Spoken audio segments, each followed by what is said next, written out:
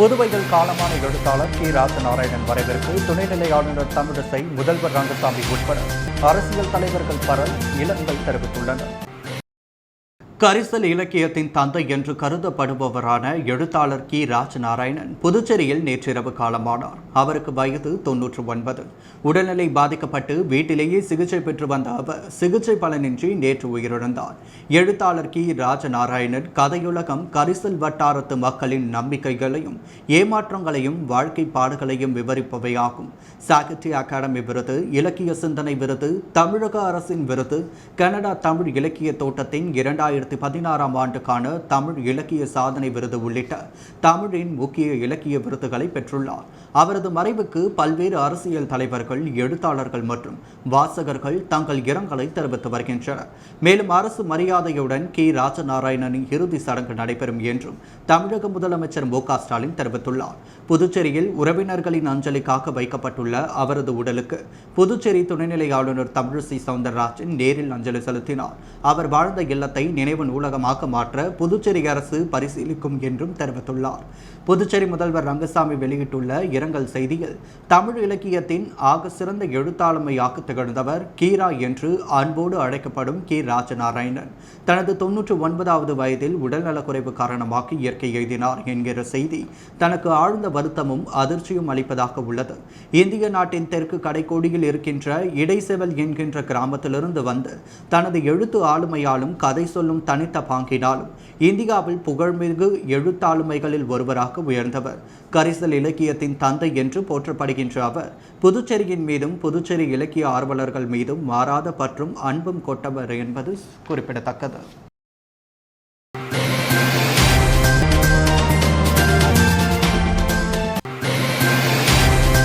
பொது முடக்கத்தால் வேலையில்லாமல் வாடும் அனைத்து குடும்பங்களுக்கும் 15,000 ரூபாய் உடனடி நிவாரணம் வழங்க வேண்டும் உள்ளிட்ட பல்வேறு கோரிக்கைகளை வலியுறுத்தி அனைத்து இந்திய இளைஞர் பெருமன்றம் கிளை சார்பில் முகநூல் கண்டன ஆர்ப்பாட்டம் நடைபெற்றது.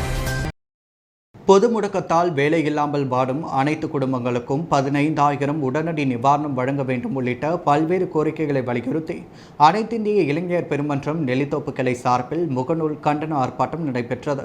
கொரோனா நோய் தொற்று 2ஆம் அலை மிக வீரியமாகவும் நோய் தொற்று மக்களிடம் வேகமாக பரவி வரும் நிலையில் உயிர் பலி எண்ணிக்கை புதுச்சேரியில் உயர்ந்து கொண்டே செல்கிறது. இதை தடுக்கும் வகையில் புதுச்சேரி அரசு எந்த ஒரு நடவடிக்கையும் எடுக்காமல் ஊரடங்கு பிறப்பித்தது. மக்களின் வாழ்வாதாரத்தை கேள்விக்குறியாக்கி அரசியல் நாடகம் செய்து வருகிறது.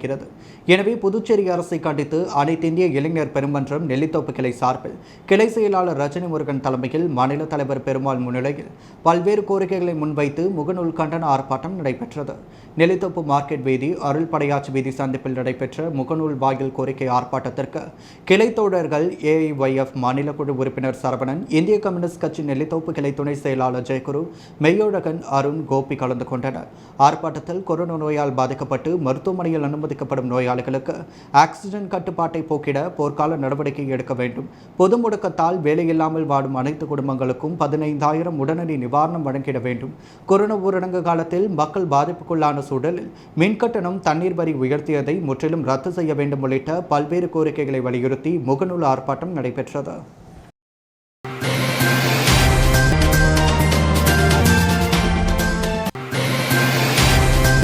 புதுவை மாநிலத்தில் வத்திக பகுதியில் கள்ளச்சாராயத்தை கடத்தி வந்த திமுக பிரமுகரை கலால்துறையினர் மற்றும் உருளைப்பேட்டை போலீசார் மடக்கி பிடித்து கைது செய்து சிறையில் அடைத்தனர். இந்த சம்பவம் பெரும் பரபரப்பை ஏற்படுத்தியுள்ளது. புதுவை நெல்லித்தோப்பு தொகுதிக்குட்பட்ட பெரியார் நகரை சேர்ந்தவர் திமுகவின் முன்னாள் துணை அமைப்பாளர் அலுக்கு என்ற அலெக்சாண்டர். இவரது மகன் ரீமா. இந்த நிலையில் ரீமாவும் அவரது கூட்டாளி பிரபுவும் இணைந்து சம்பவத்தன்று நெல்லித்தோப்பு சபரி படையாச்சி வீதி அருகில் ஒரு வாகனத்தில் கள்ளச்சாராயம் கடத்தி வந்துள்ளனர்.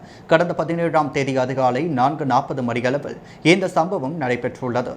அப்பொழுது அந்த வாகனம் நகர பகுதிக்குள் அதிவேகமாக வந்துள்ளது குறிப்பிடத்தக்கது. தற்பொழுது அது குறித்த CCTV காட்சிகளும் வெளியாகி நகர பகுதியில் பெரும் பரபரப்பை ஏற்படுத்தியுள்ளது. இதுகுறித்து பகுதியை சார்ந்தவர்கள் உடனடியாக கலால் துறைக்கும் உருளையன்பேட்டை காவல் நிலையத்திற்கும் தகவல் கொடுத்தனர். அதன் பேரில் புதுவை மாநில கலால் துறையினர் மற்றும் உருளையன்பேட்டை போலீசார் உடனடியாக சம்பவ பகுதிக்கு விரைந்து வந்து வாகனத்தில் கள்ளச்சாராயம் கடத்திய ரீமாவை மடக்கி பிடித்து கைது செய்து சிறையில் அடைத்தனர். தொடர்ந்து ரீமாவின் வாகனத்தையும் போலீசார் பறிமுதல் செய்தனர். மேலும் கள்ளச்சாராயம் கடத்திய ரீமாவிற்கு 50,000 ரூபாய் அபராதமும் விதிக்கப்பட்டது. இந்த நிலையில் காமராஜ் நகர் தொகுதியின் சட்டமன்ற உறுப்பினர் ஜான்குமார், இந்த முழு ஊரடங்கு சமயத்தில் புதுவை மாநிலத்தில் கள்ளச்சாராயம் அதிக அளவில் விற்பனை செய்யப்பட்டு வருகிறது. இதன் மூலம் ஒரு கும்பல் கொள்ளை லாபம் அடைகிறது. பிணத்திற்கு பயன்படுத்தக்கூடிய RS பவுடரை கொண்டு இந்த கள்ளச்சாராயம் தயார் செய்யப்படுகிறது. இதனை மனிதர்கள் உட்கொண்டால் கொரோனாவில் இறப்பதை விட கள்ள சாராயத்தை குடித்து இறப்பவர்களின் எண்ணிக்கை தான் அதிகமாகும் என்று ஏற்கனவே தெரிவித்திருந்தார். இது தொடர்பாக காமராஜ் நகர் தொகுதியின் பாஜக சட்டமன்ற உறுப்பினர் ஜான்குமார் ஏற்கனவே துணைநிலை ஆளுநர் தமிழிசை சவுந்தரராஜனுக்கு கோரிக்கை விடுத்துள்ளார். அதாவது முழு ஊரடங்கு பிறப்பிக்கப்பட்டுள்ளதால் புதுவையில் அனைத்து மதுக்கடைகளும் சாராயம் மற்றும் கள்ளுக்கடைகளும் மூடப்பட்டுள்ளது. இதனால் புதுவை மாநில குடிப்பிரியர்கள் மதுபானங்கள் கிடைக்காமல் ஆங்காங்கே கிடைக்கக்கூடிய உயிருக்கு மிகவும் ஆபத்தை ஏற்படுத்தக்கூடிய கள்ளச்சாராயத்தை வாங்கி குடித்து வருகின்றனர். இதனால் பலரும் இறக்கக்கூடிய வாய்ப்பு ஏற்படுகிறது. எனவே துணைநிலை ஆளுநர் உடனடியாக புதுவை மாநிலத்தில் குறைந்தது 1 மணி நேரமாவது மதுக்கடைகளை திறக்கலாம். இதனால் கள்ளச்சாராயத்தை குடித்து இறப்பவர்களின் நிலையை குறைக்கலாம். மேலும் மாநில எல்லைகளில் கட்டுப்பாடுகளை தீவிரப்படுத்தினால் மற்ற மாநில மக்கள் புதுவைக்குள் வந்து மது கொடுப்பது தடுக்கப்படும். அது மட்டுமின்றி புதுவையை சேர்ந்தவர்களுக்கு ஆதார் அட்டைகளை கொண்டு மது வகைகளை வழங்க நடவடிக்கை எடுக்க வேண்டும் என்றும் காமராஜ் நகர் தொகுதியின் பாஜக சட்டமன்ற உறுப்பினர் ஜான்குமார் துணைநிலை ஆளுநருக்கு கோரிக்கை விடுத்திருந்தது குறிப்பிடத்தக்கது.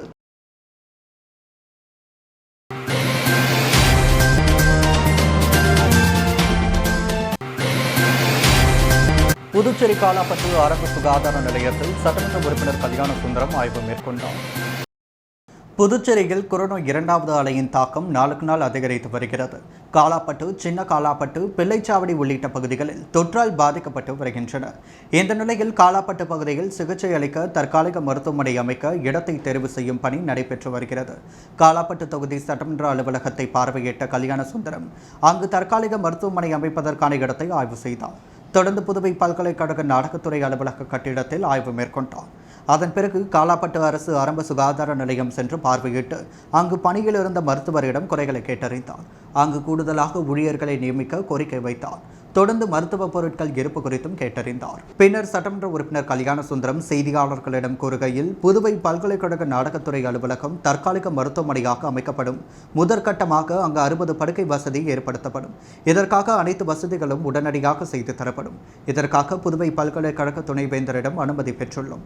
5 நாட்களுக்குள் மருத்துவமனை செயல்படும். காலாப்பட்டு தொகுதியில் பாதிக்கப்பட்ட மக்கள் இங்கு சிகிச்சை பெறலாம் என்றார். இந்த ஆய்வின் பொழுது மருத்துவ அதிகாரி உமாசங்கர் மற்றும் சுகாதாரத்துறை ஊழியர்கள் உடனிருந்தனர்.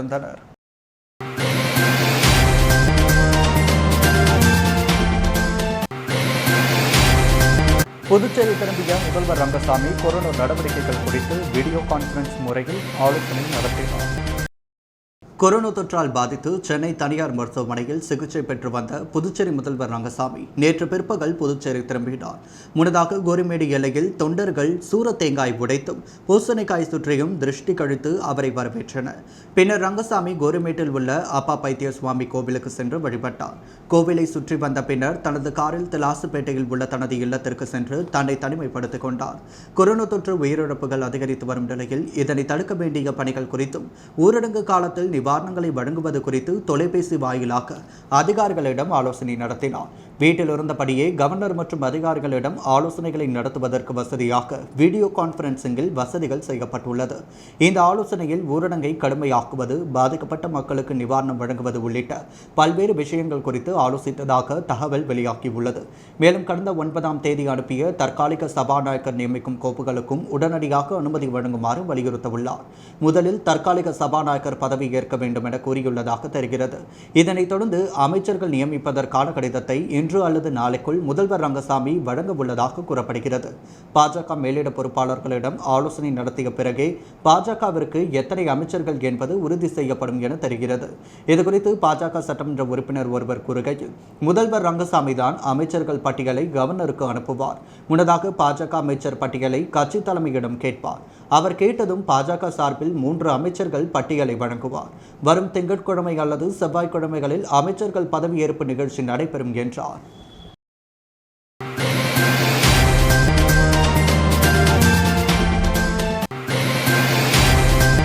நடிகர் அஜித் தல ரசிகர்கள் சார்பாக கொரோனா ஊரடங்கால் பெரிதும் பாதிக்கப்பட்ட மக்களுக்கு அன்னதானம் வழங்கப்பட்டது.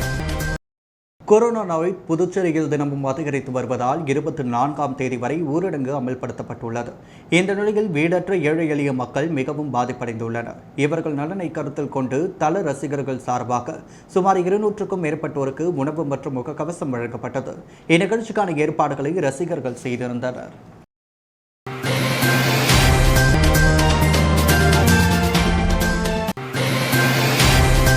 புதுச்சேரி மாநிலத்தில் கொரோனா நோயாளிகளுக்கு கூடுதல் படுக்கைகளை அமைக்க நடவடிக்கை எடுக்க வேண்டும் என சென்னை உயர்நீதிமன்றம் உத்தரவிட்டுள்ளது. கொரோனா சிகிச்சை, ஆக்சிஜன் மற்றும் ரெம்டெசிவிர் மருந்து பற்றாக்குறை தொடர்பாக சென்னை உயர்நீதிமன்றம் தாமாக முன்வந்து விசாரிக்கும் வழக்கு நேற்று தலைமை நீதிபதி சஞ்சீப் பானர்ஜி, நீதிபதி செந்தில்குமார், ராமமூர்த்தி ஆகியோர் அடங்கிய அமர்வில் விசாரணைக்கு வந்தது. வழக்கை விசாரித்த நீதிபதிகள் புதுச்சேரியில் கொரோனா பரிசோதனை எண்ணிக்கை குறைவாக உள்ளதாக தெரிவிக்கப்பட்டுள்ளது.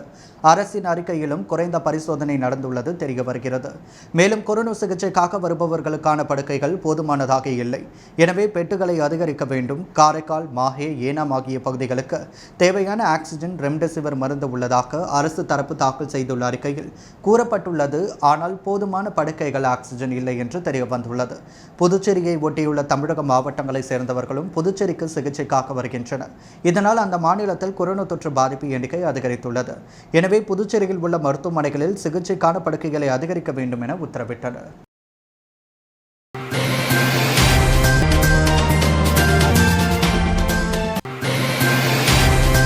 புதுச்சேரி பெரிய மார்க்கெட் பகுதியில் உள்ள கடைகளை வேறு இடத்திற்கு மாற்றினால் நஷ்டம் ஏற்படும் எனவும் அதே இடத்தில் கடைகளை இயக்க வைக்க அனுமதி வழங்க வேண்டும் என வியாபாரிகள் சார்பில் துணைநிலை ஆளுநரிடம் மனு வழங்கப்பட்டது. புதுச்சேரி முழுவதும் கொரோனா நோய் தொற்று அதிகரித்து வருவதால் நேரு சாலை, காந்தி சாலை உள்ளடங்கிய குபேர் மார்க்கெட் என்கின்ற ஒருங்கிணைந்த மார்க்கெட்டை புதிய பேருந்து நிலையம் மற்றும் தட்டாஞ்சாவடி ஒழுங்கு விற்பனை கூட மைதானத்திற்கு மாற்ற மாவட்ட நிர்வாகம் உத்தரவு பிறப்பிக்கப்பட்டது. கடந்த 17ஆம் தேதியை மாற்ற வேண்டிய நிலையில் அங்கிருந்து மாற்றினால் காய்கறிகள் நஷ்டமடையும் என்றும், ஆதலால் மொத்த விற்பனை மட்டும் உள்ளே அனுமதிக்கப்பட்டு சில்லறை விற்பனை அருகில் உள்ள 2 சாலைகளிலும் அனுமதிக்க வேண்டும் என வியாபாரிகள் சார்பில் கோரிக்கை வைக்கப்பட்டது. ஆனால் மாவட்ட நிர்வாகம் ஏற்றுக்கொள்ளாததால் கடந்த 2 நாட்களாக கடைகள் மாறப்படாமல் காய்கறிகளும் கொள்முதல் செய்யப்பட உள்ளதால் தற்பொழுது காய்கறி மார்க்கெட்டில் காய்கறிகள் இல்லாமல் பல்வேறு கடைகள் மூடப்பட்டுள்ளது. இந்த நிலையில் துணைநிலை ஆளுநரை சந்தித்து வியாபாரிகள் மீண்டும் அதே கோரிக்கை மனுவை மாநில ஆளுநரிடம் தெரிவித்துள்ளனர். இன்று மாலைக்குள் இதுகுறித்து முடிவு எடுத்து அறிவிக்கப்படும் என துணைநிலை ஆளுநர் தரப்பில் தெரிவிக்கப்பட்டதாக கூறிய வியாபாரிகள், அங்கேயே அனுமதித்தால் மட்டுமே எங்களால் வியாபாரம் செய்ய முடியும், இல்லையென்றால் அனைத்து கடைகளும் மூடி அரசுக்கு ஒத்துழைப்பு அளிக்கும் வகையில் செயல்பட உள்ளதாகவும் தெரிவித்தனர். வியாபாரிகள் தொடர்ந்து பிடிவாதம் பிடித்து வருவதால் புதுச்சேரியில் காய்கறிகள் வரத்து குறைந்துள்ளது. இதனால் காய்கறி விலை ஏற்றம் அதிகரிக்கும் என எதிர்பார்க்கப்படுகிறது.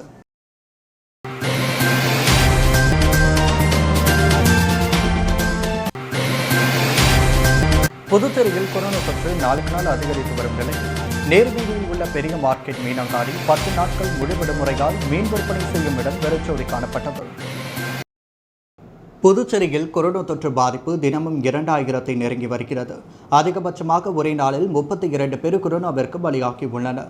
தினமும் 30 பேர் கொரோனாவிற்கு பரிதாபமாக உயிரிழக்கின்றனர். தொற்று பாதிப்பு தொடர்ந்து அதிகரித்து வருவதால் புதுச்சேரி நேரு வீதி பெரிய மார்க்கெட் மீன் வியாபாரிகள் ஒரு வாரம் மீன் கடைகள் அனைத்தையும் மூடுவதற்கு முடிவெடுத்தனர். இதன் காரணமாக புதுச்சேரியில் மீன் மார்க்கெட்டுகள் நேற்று முன்தினம் முதல் திறக்கப்படவில்லை. அங்குள்ள 50க்கும் மேற்பட்ட கடைகளும் இயங்காததால் மீன் வாங்க வந்த மக்கள் ஏமாற்றத்துடன் திரும்பி சென்றனர். புதுச்சேரியில் மீன்பிடி தடைக்காலம் அமலில் இருப்பதால் பெரிய அளவில் மீன்கள் கிடைக்கவில்லை. சிறிய ரக ஃபைபர் படகுகளில் சென்று மீன் பிடிக்கின்றனர்.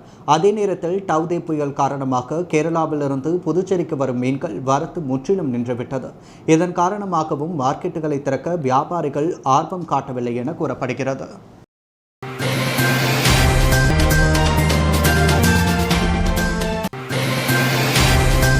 மறைந்த எழுத்தாளர் கி. ராஜநாராயணன் உடலுக்கு புதுச்சேரி துணைநிலை ஆளுநர் தமிழிசை சவுந்தரராஜன் நேரில் சென்று அஞ்சலி செலுத்தினார்.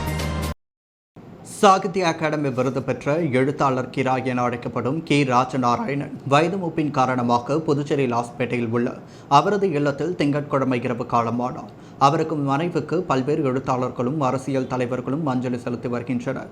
அந்த வகையில் கீரா மறைவிற்கு புதுச்சேரி துணைநிலை ஆளுநர் தமிழிசை சவுந்தரராஜன் நேரில் சென்று அவரது உடலுக்கு மலர் வளையம் வைத்து அஞ்சலி செலுத்தினார்.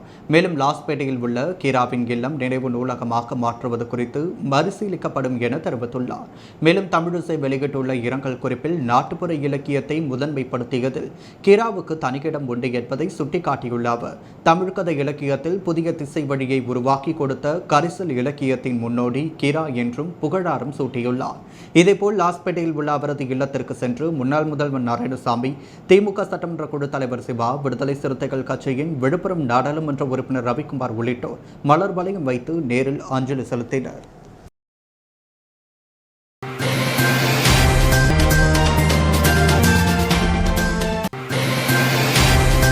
முதலியார்பேட்டை வரப்பாளம் சந்திப்பில் முகக்கவசம் அணிய வேண்டும் என அறிவுரை கூறிய காவலரை விரட்டிய வாலிபர் அதிரடியாக கைது செய்யப்பட்டார். புதுச்சேரியில் கொரோனா பரவல் நாளுக்கு நாள் அதிகரித்து வருவதால் நோய் தொற்றை கட்டுப்படுத்த அரசு பல்வேறு நடவடிக்கை எடுத்து வருகிறது. ஒரு பகுதியாக பொதுமக்கள் முகக்கவசம் அணிய வேண்டும் என அறிவுறுத்தப்பட்டுள்ளது. இந்த நிலையில் நேற்று முன்தினம் முதலியார்பேட்டை மரப்பாலம் சந்திப்பில் அதே பகுதியைச் சேர்ந்த கார்த்திக், நயினார் மண்டபம் மார்க்கெட்டின் முத்து ஆகியோர் முகக்கவசம் அணியாமல் வந்துள்ளனர். அப்பொழுது அங்கு பாதுகாப்பு பணியில் இருந்த காவலர் ஏன் முகக்கவசம் அணியாமல் வந்தீர்கள் என கேட்டுள்ளார். அதற்கு அவர்கள் காவலரிடம் தகராறில் ஈடுபட்டதோடு தகாத வார்த்தைகளால் திட்டியுள்ளனர். இதையடுத்து சம்பந்தப்பட்ட காவலர் முதலியார்பேட்டை காவல் நிலையத்தில் அளித்த புகாரின் பேரில் 3 பேர் மீது வழக்கு பதிவு செய்து விசாரணை நடத்தி வருகின்றனர். இதில் முதற்கட்டமாக மார்டின் என்ற வாலிபரை போலீசார் கைது செய்தனர். மார்டின் கைது செய்யப்பட்டதை அடுத்து அவர் வீடியோ ஒன்றை பதிவிட்டுள்ளார். அதில் போலீசிடம் யாரும் சண்டை போடாதீர்கள், அவர்கள் நமக்காகத்தான் வேலை செய்கிறார்கள், அனைவரும் தயவு செய்து மாஸ்க் போடுங்கள் என கூறியுள்ளார்.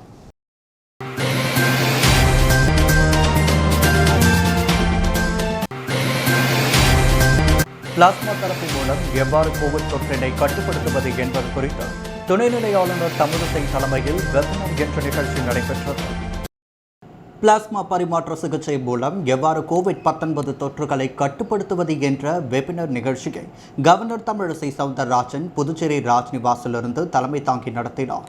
ஜிப்மர், இந்திரா காந்தி அரசு மருத்துவக் கல்லூரி, பிம்ஸ் மற்றும் ஹைதராபாத்தில் உள்ள இஎஸ்ஐசி மருத்துவக் கல்லூரி ஆகியவற்றின் மாற்று மருந்து, பொது மருத்துவம், மயக்க மருந்து மற்றும் நுரையீரல் மருத்துவம் ஆகிய துறைகளை சேர்ந்த மருத்துவ வல்லுநர்கள் கலந்து கொண்டனர். இதில் பிளாஸ்மா தெரப்பி மூலம் எவ்வாறு கோவிட் தொற்றினை கட்டுப்படுத்துவது என்பது பற்றி விரிவாக விவாதிக்கப்பட்டது. சுகாதாரத்துறை செயலர் அருணும் கலந்து கொண்டார்.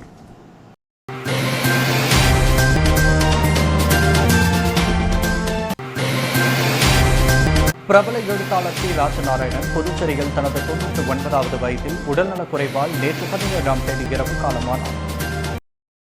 பிரபல எழுத்தாளர் கி. ராஜநாராயணன் புதுச்சேரியில் நேற்றிரவு காலமானார். அவரது வயது 99.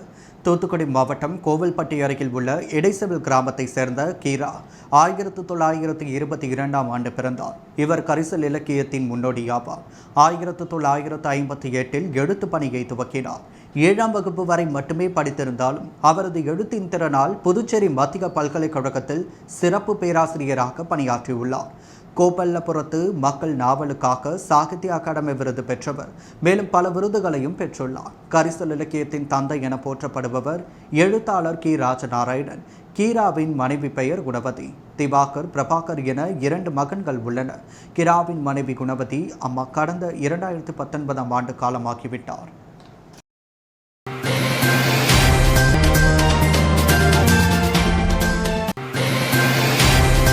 ஹோம்லெஸ் பீப்புள் ட்ரஸ்ட் அமைப்பின் சார்பில் பல்வேறு இடங்களில் ஏழை எளியோர் 300 நபர்களுக்கு உணவு வழங்கப்பட்டது. கொரோனா நோய் தொற்று புதுச்சேரியில் அதிகரித்து வருகிறது. இதனை கட்டுப்படுத்த அரசு 24ஆம் தேதி வரை ஊரடங்கு அமல்படுத்தியுள்ளது. இந்த நிலையில் வீடற்ற ஏழை எளிய மக்களுக்கு உதவும் வகையில் ஹோம்லெஸ் பீப்புள் ட்ரஸ்ட் அமைப்பின் சார்பாக பல்வேறு இடங்களில் தினம்தோறும் இலவசமாக உணவு வழங்கப்பட்டு வருகிறது. அந்த வகையில் அமைப்பின் நிறுவனர் கமல்ராஜ் இன்று இருதய ஆண்டவர் ஆலயம் அருகே ஏழை எளியவர்களுக்கு உணவு வழங்கினார். மேலும் பாதுகாப்பு பணியில் ஈடுபட்டுள்ள காவல்துறையினருக்கும் இரவு நேரங்களில் சிற்றுண்டி வழங்கி வருகிறார். இச்செயல் பொதுமக்களிடையே மிகுந்த வரவேற்பை பெற்றுள்ளது.